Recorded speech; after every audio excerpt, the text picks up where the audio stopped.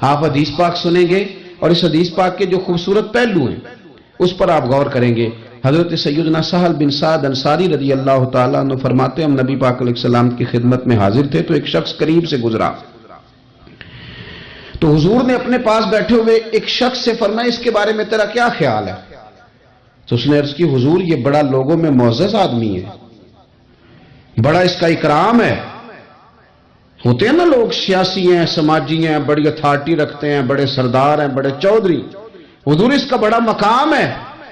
اس نے دلیل دی کہ یا رسول اللہ اگر یہ کسی جگہ پیغام نکاح بھیجے گا تو اس کو رشتہ دے دیا جائے گا، لوگ پسند کریں گے اس کے ساتھ رشتہ داری کرنا، اور اگر یہ کسی کی سفارش کرے گا تو اس کی سفارش قبول کی جائے گی۔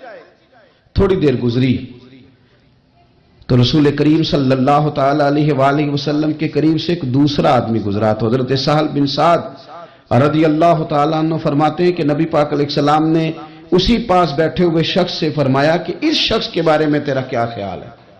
ایک تو وہ تھا نا جس کو تو نے چودھری سمجھا، چیئرمین سمجھا، بڑا مالدار سمجھا، اور تو نے کہا کہ کیا بات، پیغام نکاح دے تو اسے رشتہ فوراً ملے گا، اور اگر یہ سفارش کرے تو قبول کی جائے گی۔ تو یہ جو غریب آدمی گزرا اس کے بارے میں اس نے کہا حضور یہ غریب آدمی ہے، کہیں پیغام نکاح دے گا تو رشتہ نہیں ملے گا، اور اگر کسی کی سفارش کرے گا تو قبول نہیں کی جائے گی۔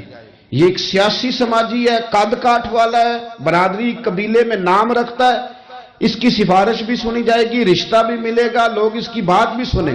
اور یہ جو دوسرا گزرا یہ غریب ہے، اس کو تو کوئی رشتہ دینے کو تیار نہیں، سفارش سننے کو تیار۔ دونوں کے تذکرے ہو گئے، رزلٹ میرے نبی پاک نے سنانا تھا۔ حضور فرمانے لگے سن پھر سہل، اور سن تبصرہ کرنے والے تو بھی، یہ جو تو نے کہا نا کہ سیاسی ہے، سماجی ہے، فرمائے ان لوگوں سے اگر ساری دنیا بھر بھی جائے تو پھر بھی یہ غریب آدمی سارے لوگوں سے زیادہ بہتر ہے۔ جن کو تم سیاسی، سماجی، چودھری بڑے جانتے ہو نا، یہ ایک غریب ہے، تنگ دست ہے، بظاہر تم اس کو منہ نہیں لگاتے، لیکن اگر ساری دنیا ان لوگوں سے بھر جائے تو یہ جو غریب آدمی ہے یہ پھر بھی ان سے زیادہ فضیلت والا ہے۔ رسول پاک صلی اللہ تعالی علیہ وسلم فرماتے ہیں میں نے جنت میں اکثریت، یعنی ایک دو چار لوگ نہیں، اکثر لوگ میں نے وہ دیکھے ہیں جو دنیا میں فقراء تھے، جو غریب لوگ تھے۔ تو اندازہ فرمائیں کہ غریبی کیا کوئی اتنی پریشانی والا کام ہے؟ بلکہ ایک حدیث پاک مسلم شریف میں اور بخاری میں اس طرح بھی ہے کہ حضرت ابو ہریرہ رضی اللہ تعالیٰ عنہ فرماتے ہیں کہ نبی کریم صلی اللہ علیہ وسلم نے فرمایا ایک دن جنت اور جہنم کا آپس میں مباحثہ ہو گیا، جنت اور جہنم کی آپس میں بحث ہو گئی۔ جہنم کہنے لگی کہ میرے اندر جو لوگ آئیں گے نا وہ بڑے بڑے سردار، بڑے بڑے متکبر، بڑے بڑے جبار، بڑے بڑے لوگ آئیں گے، یہ میری شاید فضیلت ہے۔ جہنم کہہ رہی ہے جہنم کہ بڑے بڑے جبار، متکبر وہ میرے اندر آئیں گے، شاید یہ وجہ اعزاز ہے۔ تو جنت نے جواب میں کہا کہ میرے اندر تو غریب اور فقیر لوگ ہی آئیں گے، میرے اندر تو وہ لوگ آئیں گے جو دنیا میں بظاہر بڑے بڑے نہیں تھے، فقراء، مساکین، یتاما، یہ اکثر ہوں گے، پتہ نہیں اس کی کیا وجہ ہے۔ جب دونوں آپس میں گفتگو کر رہے تھے نا تو رسول کریم صلی اللہ تعالی علیہ وسلم فرماتے ہیں اللہ تعالیٰ نے پھر جنت سے فرمایا، اللہ نے جنت سے فرمایا کہ تو میری رحمت ہے اور میں اپنے بندوں میں سے جس پر رحمت کروں گا نا تیری صورت میں اس پر رحمت کر دوں گا، کیونکہ جنت میری رحمت ہے تو میں تیری صورت میں اس پہ رحمت کر دوں گا۔ اور رب کریم نے ارشاد فرمایا جہنم سے کہ تو میرا عذاب ہے تو میں اپنے بندوں میں سے جس کو چاہوں گا تیرے ذریعے عذاب دے دوں گا، لیکن بھر میں تم دونوں کو ہی ڈالوں گا، بھر جنت بھی جائے گی، بھر جہنم بھی جائے گی، لیکن جس کو جہنم میں ڈالا جائے گا اس کو اللہ جہنم کے ذریعے عذاب دے گا، اور جس کو جنت میں ڈالا جائے گا اسے اللہ جنت کی صورت میں اپنی رحمت عطا فرمائے گا۔ اور یہ دونوں خود گواہیاں دے رہی ہیں کہ جبار، تکبر کرنے والے، اپنے دل میں غرور رکھنے والے، بڑا بڑا اپنے آپ کو گرداننے والے، جہنم خود کہہ رہی ہے وہ میرے اندر آئیں گے، اور جنت کہتی ہے کہ میرے اندر تو ضعیف لوگ آئیں گے، لاچار لوگ آئیں گے، عاجز لوگ آئیں گے، کمزور لوگ آئیں گے۔ ہمیں یہ دیکھنا ہے کہ کیا ہمارا وہ لوگ بننے کا شوق ہے کہ جن کے جناب بڑے لاؤ لشکر ہیں، جن کے بڑے پروٹوکول ہیں، جن کی بڑی بات ہے، اور جو غرور کے طور پر وہ ہمیں بننا ہے یا ہمیں وہ غریب اور لاچار بننا ہے کہ جن پہ اللہ جنت کی صورت میں رحمت نازل فرما دے گا؟ شوق بڑا ہے لوگوں کو. آپ یقین کریں کہ کچھ لوگوں کو سادی گاڑی میں مزہ ہی نہیں آتا جب تک 4-5 موٹر سائیکل آگے پیچھے نہ ہو. لوگوں کو اتنی دیر تک لطف ہی نہیں آتا جتنی دیر تک 15-20 لوگ ان کے پروٹوکول کے لیے موجود نہ ہوں. یاد رکھیے گا کہ دنیا کے اندر تو انسان اپنے آپ کو بڑا ثابت کر لے گا. 10-15 لوگ ضرور ایسے ہوں گے جو منہ میں انگلیاں ڈال لیں گے اسے دیکھ کے, منہ میں انگلیاں ڈال لیں گے, او بڑی شان ہے, بڑی بات ہے. لیکن شان اسی کی ہے جسے قیامت میں معاف کر دیا جائے. شان اسی کی ہے جس کے لیے رب رسول کی رضا کا پروانہ جاری کر دیا. ہاں میرے عزیز, عظمت اسی کی ہے جس سے حساب نہ پوچھا جائے اور اسے بغیر حساب کتاب معاف کر دیا جائے. اپنے آپ کو ان لوگوں میں شامل کرنے کی کوشش کریں. اور یہ بھی یاد رکھیں کہ اگر آپ پرہیزگار ہیں اور آپ تقوی والے اور اللہ سے ڈرنے والے, تو نبی پاک صلی اللہ علیہ وسلم نے نا خاص شفقت فرمائی ہے غرباء پر, مساکین پر. خاص شفقت. نبی پاک صلی اللہ علیہ وسلم نا اس شخص کو بھی بڑا پسند کرتے تھے جو غریبوں کی خدمت کرتا, جو مسکینوں کی مدد کرتا, جو بیوہ عورتوں کے ساتھ کسی بھی طرح خیر کر سکتا. ان کی حضور نے تعریف فرمائی. بخاری مسلم میں حدیث ہے, نبی پاک صلی اللہ تعالی علیہ وسلم نے فرمایا کہ جو لوگ غریبوں کی, مسکینوں کی, لاچاروں کی مدد میں رہتے ہیں, یوں سمجھ لو وہ اللہ کے راستے میں جہاد کرنے میں مصروف رہتے. آج بڑی مشکلات ہوتی ہیں. میں نے دیکھا ہے کسی سرکاری ملازم کا انتقال ہو گیا تو اس کی بیوہ بڑی تکلیفوں سے گزرتی ہے. ہمارے ہاں تو کاغذات ہی بڑے بنتے ہیں, کہاں جا کے پینشن لگتی ہے, کیا کیا مشکلات سے گزرنا پڑتا ہے. اس کے بچوں کو دنیا کے بہت سارے معاملات ہوں جن میں بڑی پریشانیاں ہوتی ہیں. یہ تو جگہ کا انتقال کرانا, بینک کے معاملات دیکھنا, بڑی بڑی آزمائشوں میں بچے آ جاتے ہیں اور چھوٹے چھوٹے کاموں میں انہیں الجھا دیا جاتا ہے. کچھ لوگ ایسے ہوتے ہیں کہ جن کی ذرا سی سفارش کرنے سے, ذرا سے آگے بڑھنے سے ان کا کام ہو جاتا ہے. میرے نبی پاک علیہ السلام نے فرمایا جس کو دیکھو یتیموں, مسکینوں, بیوہ عورتوں کی مدد میں ہے, سمجھو وہ اللہ کے راستے میں جہاد میں ہے. اور فرمایا یوں سمجھ لو کہ اس نے وہ قیام کیا ہے کہ شاید دیر ہو جائے اسے رکوع کرنے میں, یعنی لمبی نمازیں پڑھنے والا ہے. اور فرمایا یہ وہ روزہ دار ہے کہ جو روزہ رکھے گا افطار ہی نہیں کرے گا, یعنی لمبے روزے رکھنے والا. گویا مسکینوں, یتیموں, بیواؤں کی مدد میں رہنے والا اس طرح ہے جس طرح ساری ساری رات نفل پڑھنے والا اور ہر روز کے نفلی روزے رکھنے والا. تو آپ یہ سمجھ لیں کہ ان لوگوں کے ساتھ حضور نے خاص, ہمارے ہاں نا امیر کا تو ویسے دل کرتا ہے کہ وہ امیر لوگوں کے ساتھ دوستی رکھے. ان کے تو ویسے ہی بڑے مسئلے ہیں بیچاروں کے, انہوں نے اپنے کام نکلوانے ہوتے ہیں. تاجروں کو کچھ سیاستدانوں سے ربط رکھنا پڑتا ہے, بڑے بڑے مسئلے ہیں, بڑے بڑے مسائل ہیں, بڑے بڑے لوگوں سے لوگوں نے رابطے رکھے ہوتے ہیں کہ دنیا میں اگر کوئی کام پڑ گیا, کوئی مشکل آ گئی تو ہم ذرا فٹافٹ ان سے بات کر لیں گے. یہ تو معاملہ اپنی جگہ پہ قائم ہے کہ تاجر نے, سیاستدان نے, بڑے لوگوں نے بڑے لوگوں سے ربط بنائے. لیکن اب کمزوری اس طرح کی آتی جا رہی ہے کہ غریب بھی غریب سے دوستی نہیں کرتا. غریب بھی ڈھونڈتا پھرتا ہے کہ کوئی امیر آدمی ملے, کوئی تگڑا آدمی ملے. وہ بھی منت کر کے فوٹو کھچوائے گا تو کھچوائے گا کسی رئیس کے ساتھ. غریب بھی پسند نہیں کرتے کہ ہم غرباء کے ساتھ پیار کریں. ہمارے دائیں بائیں بہت سارے ایسے لوگ ہوتے ہیں جو کمزور ہوتے ہیں, اور میں نے دیکھا ہے کہ زندگی میں تو خیر کرنا دور کی بات ہے, جنازے تک میں لوگ نہیں جاتے. اس میں بھی دیکھتے ہیں کہ کوئی امیر آدمی ہو تو پھر ذرا دوڑ کے, کوئی سیاسی قد کاٹ والا ہو تو سارے آگے بڑھ بڑھ کے چہرے دکھاتے ہیں. اس کے بچوں سے ملتے ہیں کہ صاحب میں آیا ہوا ہوں, میرا ذرا خیال کرو, میں پہنچ گیا ہوں, میرے نمبر لگا دو, میں آ گیا ہوں. وہ خیال کرتے ہیں کہ ہم پہنچ جائیں, ہماری شرکت جو ہے وہ شمار کر لی جائے. تو میرے عزیز اکثریت ہم نے یہ دیکھا ہے کہ غریب کی تو نماز جنازہ کا مسئلہ آ جائے نا غریب کی, تو جو کہ سادہ آدمی ہے, کوئی سیاسی سماجی کاٹ تو جنازے تک لوگ خیال نہیں کرتے حالانکہ میرے نبی پاک علیہ السلام نے تو فرمایا جنازہ ایک مسلمان کا دوسرے مسلمان پر حق ہے، اس میں کوئی آپ کا سماجی رابطہ ہونا ضروری نہیں، کوئی سیاسی قد کاٹ ہونا ضروری نہیں، یہ تو ایک مسلمان کا دوسرے مسلمان پر حق ہے، اور حق اچھے طریقے سے ادا کرنے کی کوشش کرنا چاہیے۔ حدیث پاک سنی، حضرت ابو امامہ بن سہل بن حنیف رضی اللہ تعالیٰ عنہ حدیث کے راوی ہیں۔ اس حدیث کو امام نسائی رحمۃ اللہ تعالیٰ علیہ نے نقل کیا ہے۔ ارشاد فرماتے ہیں کہ اطراف مدینہ کے گاؤں میں سے ایک عورت بیمار ہو گئی۔ مدینہ کے ارد گرد گاؤں تھے، ان میں سے ایک عورت بیمار ہو گئی، بڑی مفلس تھی، غریب عورت تھی۔ تو نبی پاک صلی اللہ علیہ وسلم نہ اکثر اس کے بارے میں دریافت کرتے کہ بتاؤ اس بوڑھی اماں کا کیا حال ہے۔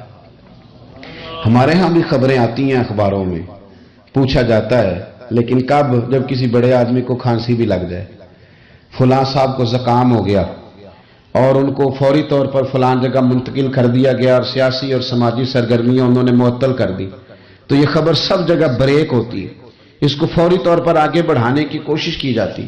ایک غریب عورت ہے، مجبور ہے، اور مدینے کے نہیں، مدینے کے اطراف میں جو گاؤں ہیں ان گاؤں کے رہنے والی ہے، پر اس کے نصیب دیکھو، اس کا مقدر دیکھو، ہر جگہ مدینے والے محبوب کے تذکرے۔ وہ کتنی نصیبوں والی عورت ہے جس کے بارے میں حضور کئی دفعہ پوچھتے کہ اس بیمار کا حال بتاؤ۔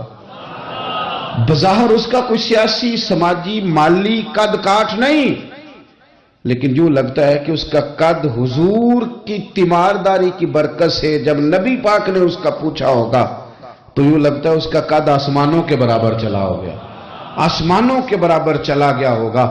رسول کریم علیہ السلام بار بار پوچھتے، اور جب اس کے زیادہ بیمار ہونے کی خبر آئی تو حضور نے فرمایا اگر وصال ہو گیا تو مجھے خبر کرنا۔ صحابہ کرام فرماتے ہیں رات کو وصال ہوا، رات کے وقت ہی غسل کفن کر کے اسے مدینہ شریف لایا گیا، لیکن جب معلومات کی گئی تو حضور بظاہر آرام فرمائے، حضور آرام کر رہے ہیں۔ صحابہ نے مناسب نہیں سمجھا کہ نبی پاک علیہ السلام کو تکلیف دی جائے، سرور کائنات صلی اللہ علیہ وسلم کو جگانا مناسب نہ سمجھا، لوگوں نے نماز جنازہ پڑھا، اس کو دفن کر دیا۔ حضور نے صبح پوچھا مجھے خبر کیوں نہیں دی؟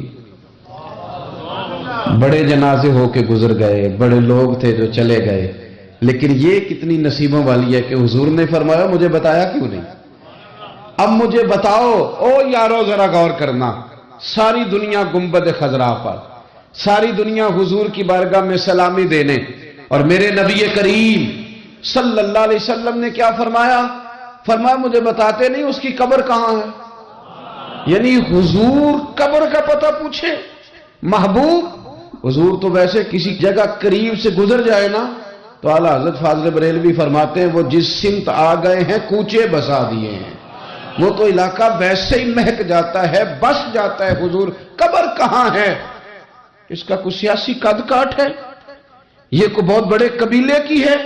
حضور نے فرمایا دیکھو غریبی کو اعزاز اس طرح دینا، غریبی کے ساتھ رویہ یہ میرا اسوہ حسنہ ہے، اس طرح غریبوں کے ساتھ سلوک کرنا، پھر غریب مایوس نہیں ہوں گے، پھر غریب خودکشیاں نہیں کریں گے، پھر غریب اپنے آپ کو معاشرے سے کٹا ہوا محسوس۔ کہاں ہے اس کی قبر؟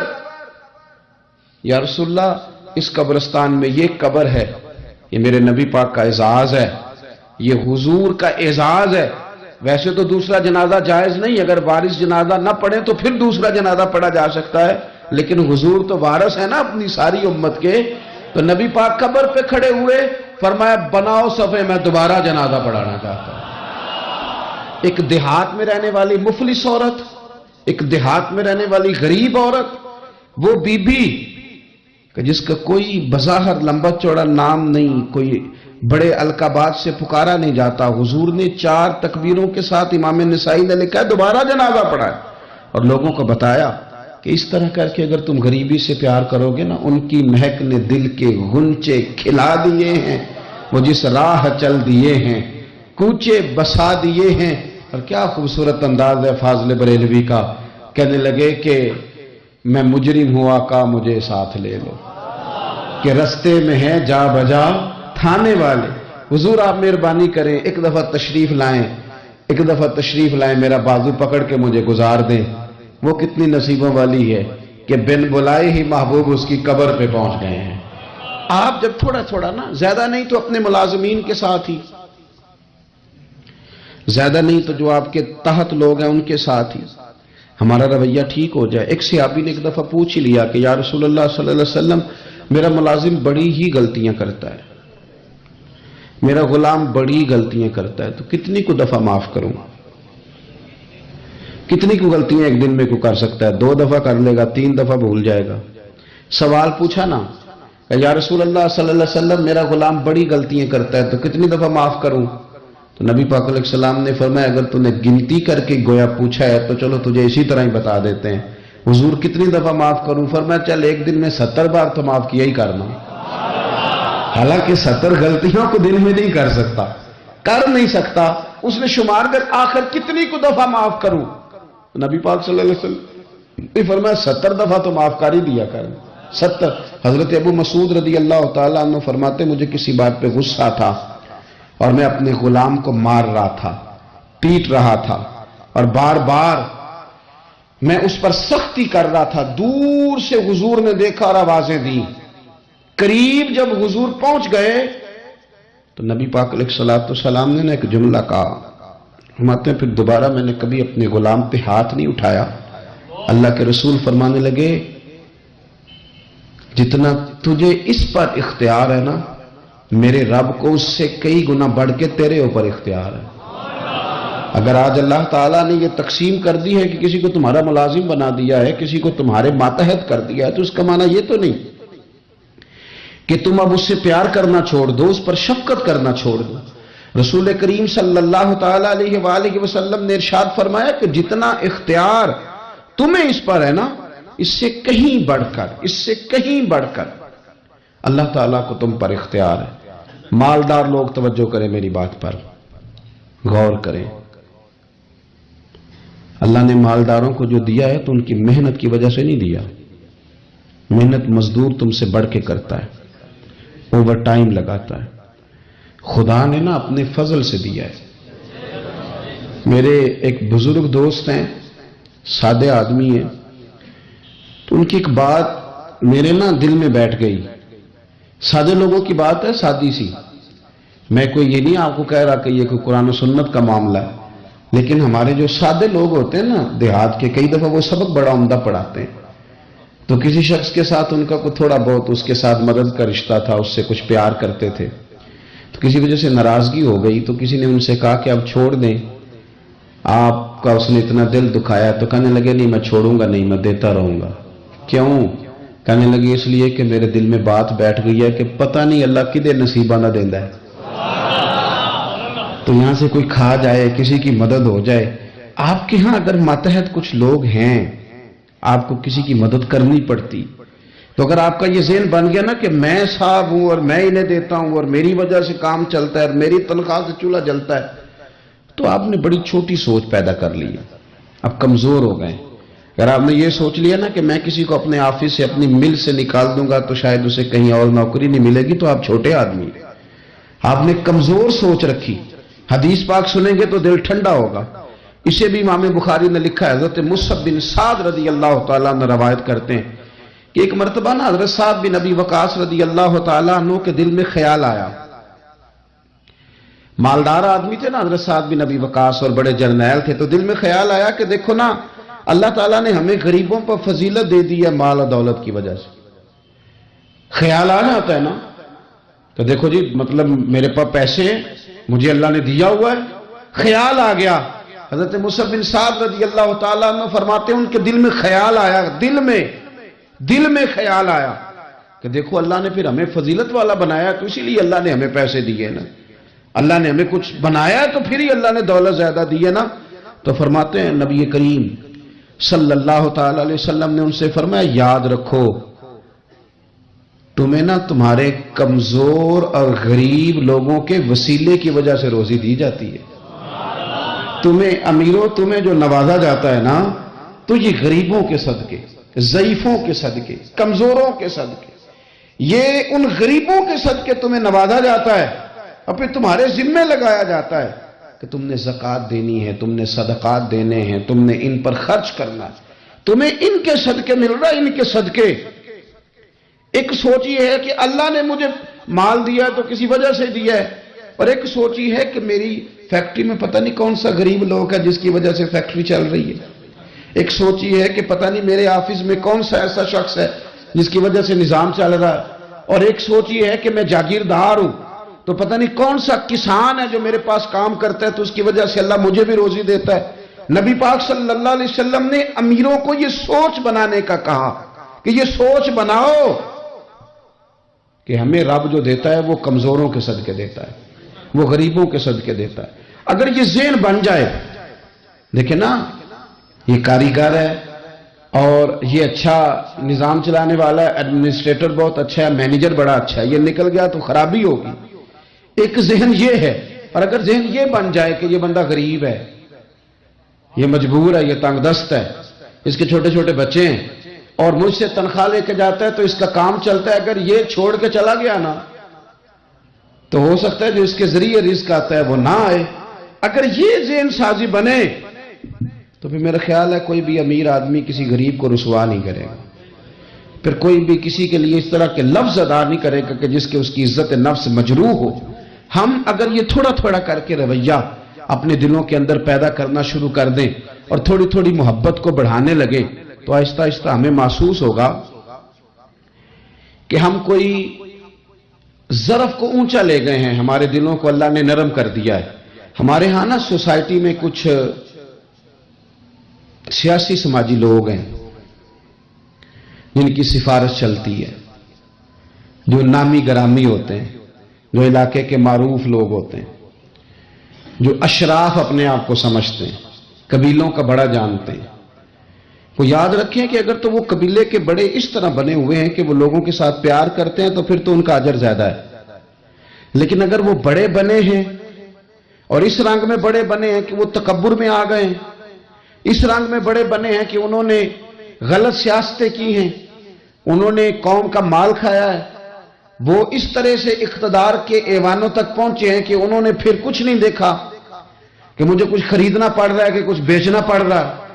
غلط طریقے سے وہ لوگ آگے آگے سیاسی بن گئے، سماجی بن گئے، لوگ سلوٹ کرنے لگ گئے، اور کچھ بیچارے غریب ایسے ہیں کہ جن کو کوئی 1 کلو چینی بھی ادھار نہیں دے رہا۔ تو اب بظاہر اس غریب کو مایوس نہیں ہونا چاہیے، اس کو شریعت یہ نہیں کہتی کہ تو کمزور پڑ جائے اور تو کہہ دی شاید میں تو بیکار ہی معاذ اللہ دنیا میں آ گیا، کوئی نام نہیں جانتا، کوئی قد کاٹ نہیں، کسی اونچی کرسی پہ بٹھایا نہیں جاتا، کبھی میرے گلے میں پھولوں کا ہار نہیں ڈالا جاتا، کوئی میرے آنے پر کھڑا نہیں ہوتا، میں بھی کوئی سیاسی سماجی ہوتا، میں بھی کوئی مال و دولت والا ہوتا۔ یہ سٹیٹس کی کمزوری بعض غریب لوگوں کو کمزور کر دیتی ہے، ذہنی طور پر پریشان رہنے لگتے ہیں۔ اور کچھ لوگ ہمارے ہاں یہ زیادتی بھی کرتے ہیں، وہ کہتے ہیں سارا پنڈ مار جائے، ماڑے دے بچے تو چودھری نہیں نہ بننا۔ تو میں کیا کرتا ہوں، یہ مایوسی ہے، یہ آپ نے غلط بات کی۔ یہ تو اللہ کے نظام قدرت میں بات ہے، رب جب چاہے جس کو چاہے جہاں چاہے اپنے فضل سے پہنچا دے۔